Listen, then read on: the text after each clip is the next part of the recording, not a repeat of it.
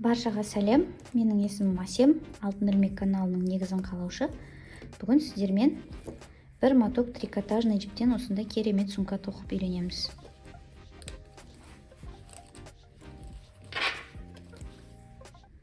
Бізге керекті заттармен таныс болайық. Бір моток трикотажный жіп 300 граммға 100 метр. Менде цвет хаки. Одан кейін номер 6 крючок, 2 карабин, тоқылған бауды орнату үшін.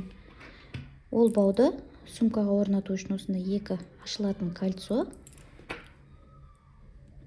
магнитный кнопка, диаметр 18 мм. Алдымен жіпті осылай ағытудан бастаймыз. Жұмыс жасау барысында осылай тартып отырып тоқимыз. Кольцо жасаймыз. Осы кольцоның ішінен жұмыс жібімізді шығарамыз. Бір воздушный петля жасаймыз. Енді осы кольцоның ішінен 3 столбик без накида тоқимыз. 1, 2 и 3. 1, 2, 3. Енді мына жіпті тартамыз. Сол кезде мынау жиырылады.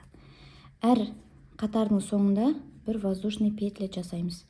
Енді мына жіпті мынаның ішінен өткізіп аламыз. Қазір бірге қосып тоқимыз.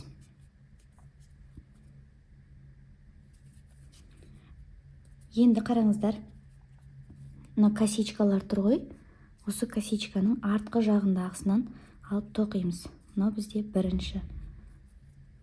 Осы жерден сразу 2 столбик без накида тоқимыз. 1, 2. Екіншіден 3 столбик без накида тоқимыз. Бір жерден 1,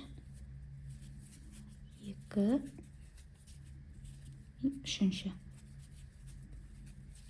Енді соңғы петлядан 2 столбик без накида тоқимыз.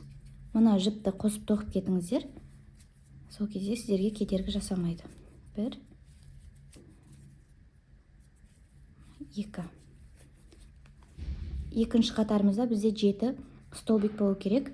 Санаймыз 1, 2, 3, 4, 5, 6, 7. Дұрыс. Әр қатардың соңында бір воздушный петля жасаймыз. Енді мына жіптің кончигін кесіп алып тастасақ болады. Енді осы екінші қатардың дәл ортасынан маркермен белгі қоямыз. 1, 2, 3. Мына жақтан 1, 2, 3. Дәл ортасынан маркер қоямыз. Енді бір воздушный петля жасап алдық.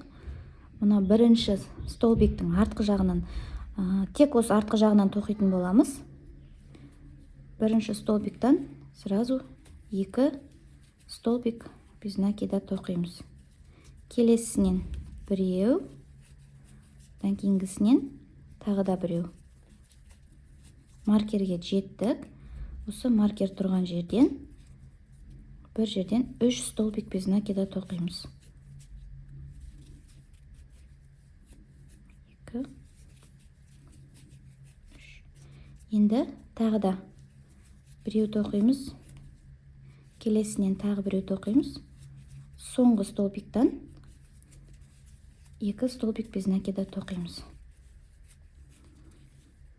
Бір воздушный петля. Енді санасақ 2, 4, 6, 8, 10, 11 столбик болу керек бізде. Үшінші қатарды біттік. Енді бұл қатарда да дәл ортасына маркермен белгі қоямыз. Санасаңыздар, мына жағынан 5, мына жағынан 5, дәл ортасында 6 столбикке маркер қоямыз. Енді дәл алдыңғы қатардағыдай бірінші петлядан 2 столбик без накида тоқимыз бір жерден. Одан кейін 4 одинарный столбик тоқимыз. 1, 2, 3, 4. Енді дәл ортасынан 3 столбик без накида тоқимыз бір жерге. Енді 4 одинарный столбик без накида тоқимыз.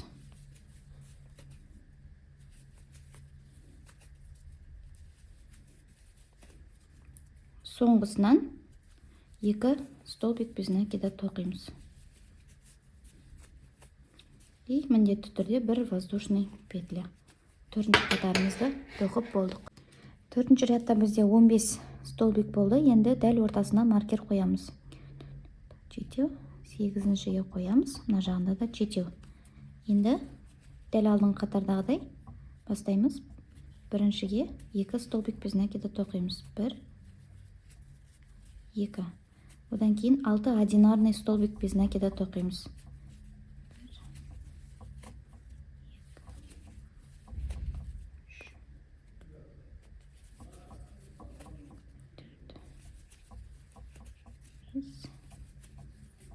6. Енді дәл ортасынан 3 столбик без накида тоқимыз. Бір жерден. Әрі қарай 6 одинарный столбик без накида тоқимыз. 6. Енді және соңғысынан 2 столбик без накида бір жерге. 5-ші рядта санасаңыздар, міне 2, 4, 6, 8, 10, 4, 16, 18, 19 петля болды. 6-шы қатарды тоқимыз. Воздушный петля. Ортасына маркер қойып алдым. Енді бірінші петляға 2 столбик без накида тоқып аламын. Енді әрі қарай 8 одинарный столбик без накида. Ортасына келдім, маркерді шешіп. Ничего страшного. Енді осы ортасынан 3 столбик без накида тоқып аламыз. Әрі қарай 8 столбик одинарный.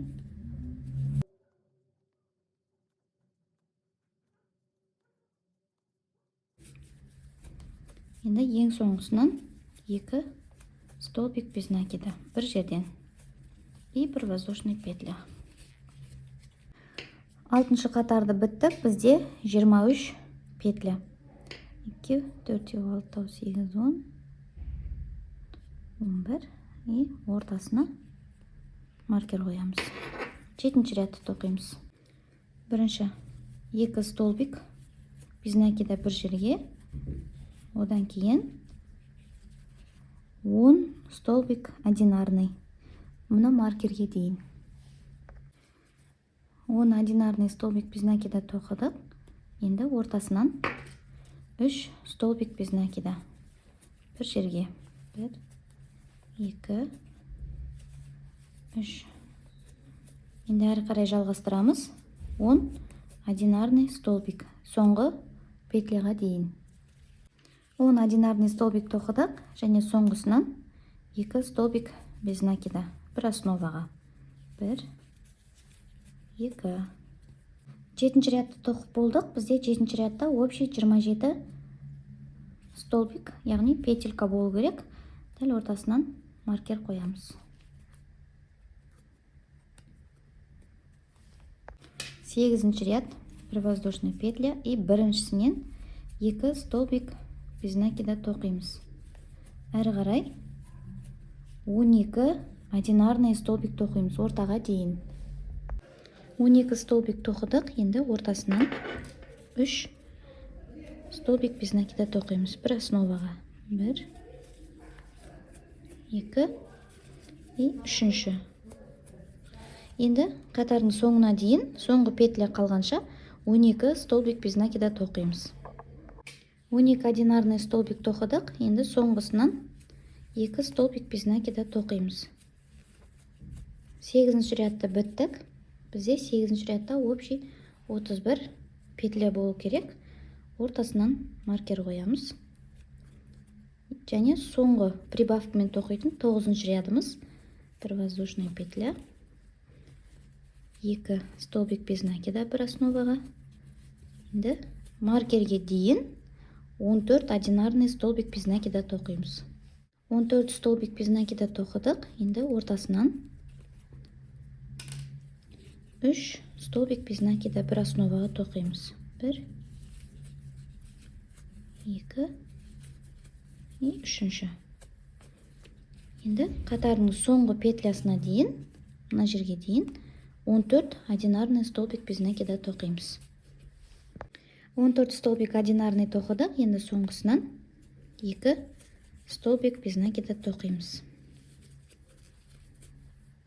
Бұл бізде прибавка мен соңғы қатар еді, 9-шы қатар.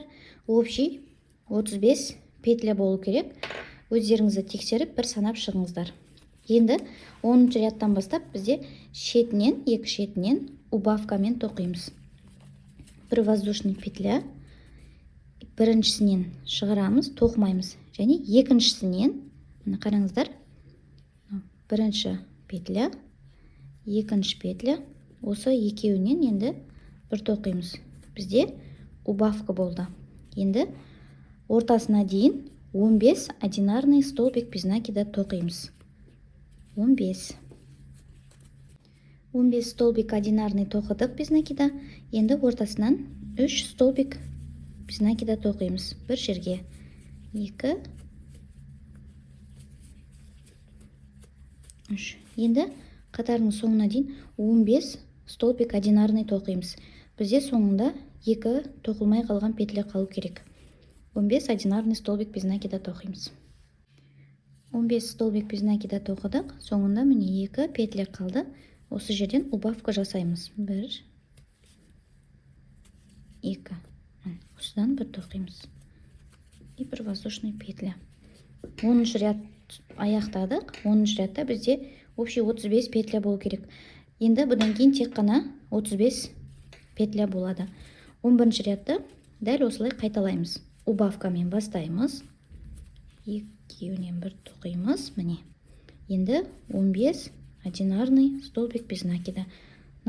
Ортасына дейін 15 столбик без накида. 15 столбик тоқыдық без накида. Енді ортасынан 3 столбик тоқимыз бір жерге. 2 и 3. Енді бұлай қарай тағы да 15 столбик без накида тоқимыз одинарный и соңғы екеуін прибавка жасаймыз.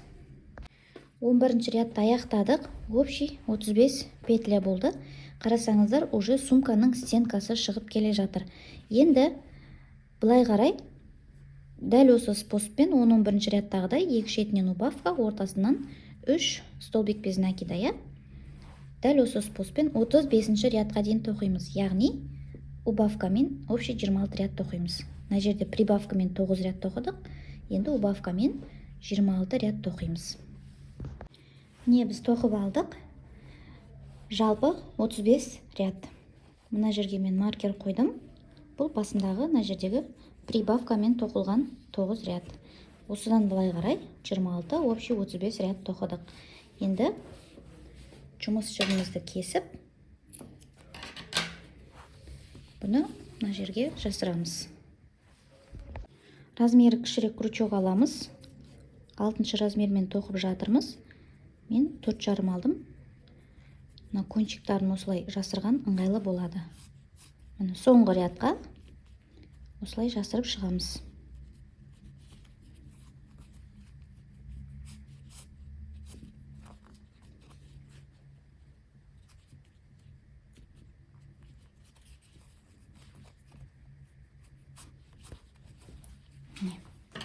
Артығын кесіп тастай саламыз. Енді мына жерге мән беріңіздер. Мына соңғы қатарда мына жерде өрілгендер көрінбейді. Бұлай қаратсаңыздар көрінеді. Осыны дәл осылай қаратып қоясыздар. Төмен қарап тұру керек. Мынаны беттестіреміз. Қазір маркер қоямыз. 5-ші рядқа 1-ші, 2-ші, 3-ші, 4-ші, 5-ші рядтың соңына мына жерге маркермен белгілеп қоямыз. Мына бетінен де дәл солай жасаймыз. 1-ші, 2-ші, 3-ші, 4-ші, 5-ші ряд белгілейміз. Енді осы жерді қосып қазір тоқып шығамыз. Жіпті тартып жұмысқа дайындаймыз. Енді сумканы қосып тоқимыз. Мына жерде маркер 5-ші қатарда тұр.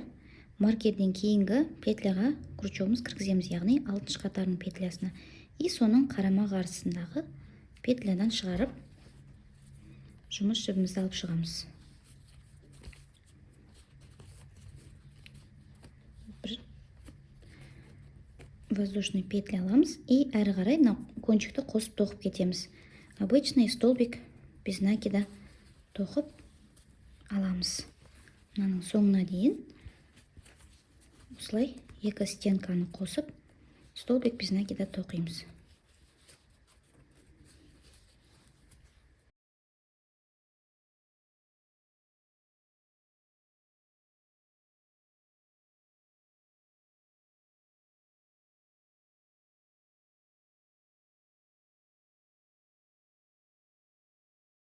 Және соңғысы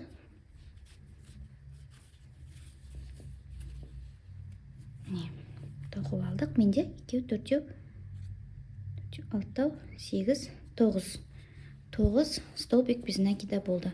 Енді жібімізді кесіп, кончикті жасырамыз. Жаңағыдай кішірек крючок аласыздар.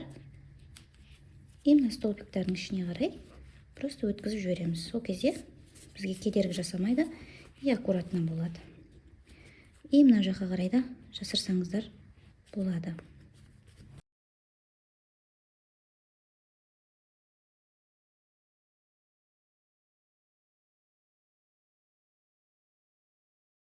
И артық жерін кесіп тастаймыз.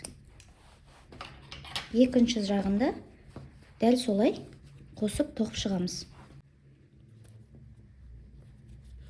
Мына бесінші қатардан бітіп тұр маркеріміз. Одан кейінгі міне 6-шы қатардыға петлядан шығарамыз. Жұмыс жібімізді шығарып, бір воздушный петля жасаймыз. И әрі қарай столбик без накидамен қатарымыздың соңына дейін тоқып шығамыз. Әрине мына кончикті қосып тоқып кетіңіздер. Бұл сіздің жұмысыңызды азайтады. Өйткені қазір біз қалдырып кетсек, тоқып болған соң оны міндетті түрде бәрібір жасыратын боламыз. Дәл осылай соңына дейін тоқып шығыңыздар.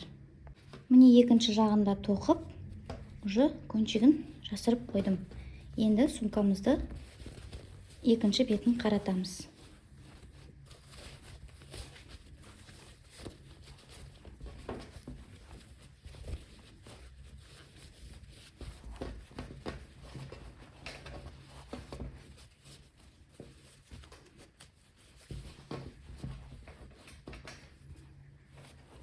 Енді бізге мына жерге магнитный кнопка тігу керек. Магнитный кнопканы орнатамыз. Бұл үшін бізге дәл осы түстегі жіп немесе мононитті қолдансаңыздар болады. Біреуін клапанға, екіншісін сумканың өзіне қойып тігіп аламыз. Магнитный кнопканы тігіп алдым. Мен мынадай мононитпен тіктім. Обычный инемен осылай тігіп алсаңыздар болады. Немесе дәл мынаның түсімен бірдей жіппен тіксеңіздер болады. Размерін өлшеп көрейік.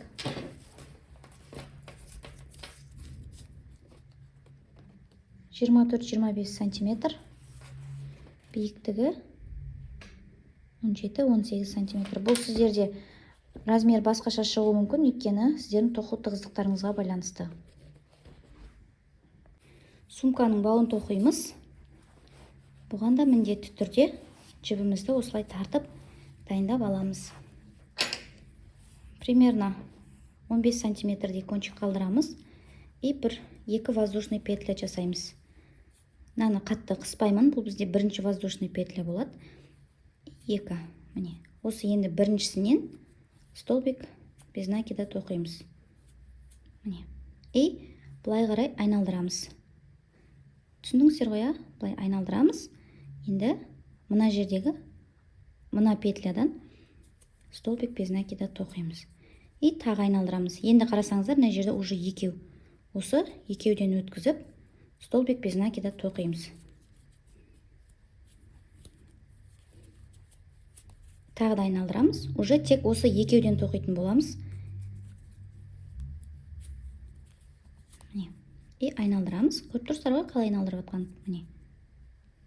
Дәл осы способпен бізге керек ұзындықтағы міне бауды тоқып алатын боламыз.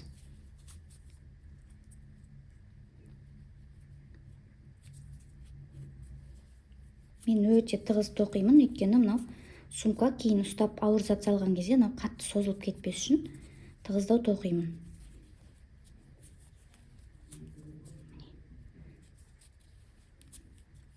Дәл осы способпен өздеріңізге керекті ұзындықты тоқып алыңыздар. Міне мен тоқып болдым. Примерно 15-20 сантиметрдей ұзындықта кончигін кесіп аламыз. И былайынан шығарамыз. Бұны өзіңіздің қалаған ұзындықта тоқуыңызға болады.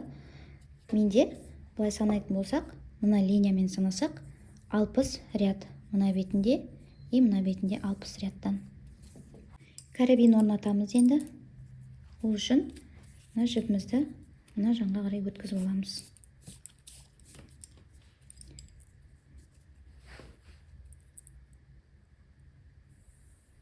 Карабинді өткіземіз.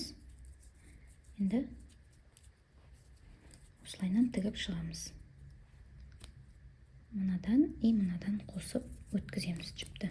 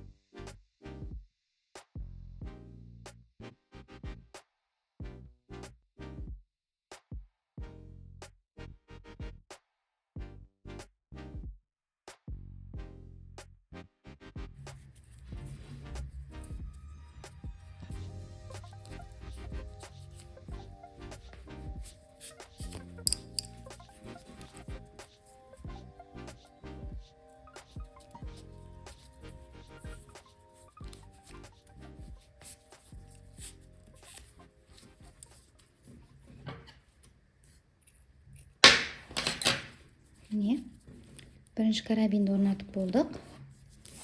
Екінші жағымен де дәл солай орнатып шығамыз. Жіпті шетіне шығарып аламыз. И карабинді дәл жаңағыдай орнатып шығамыз. Міне екі карабинімізді орналастырып алдық. Енді осы баудың ұзындығын сантиметрмен өлшеп көрейік.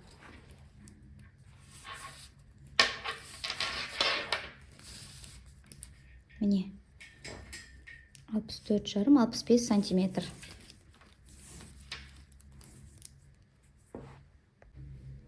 Сумкаға бауымызды орнатамыз. Ашылатын кольцомызды алып, сумкадан өткіземіз.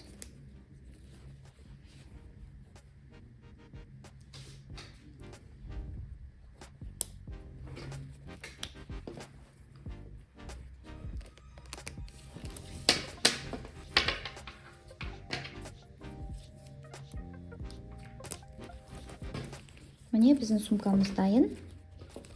Мастер-класс ұнады деп ойлаймын. Тоқсаңыздар, инстаграмда мені отметка жасаңыздар.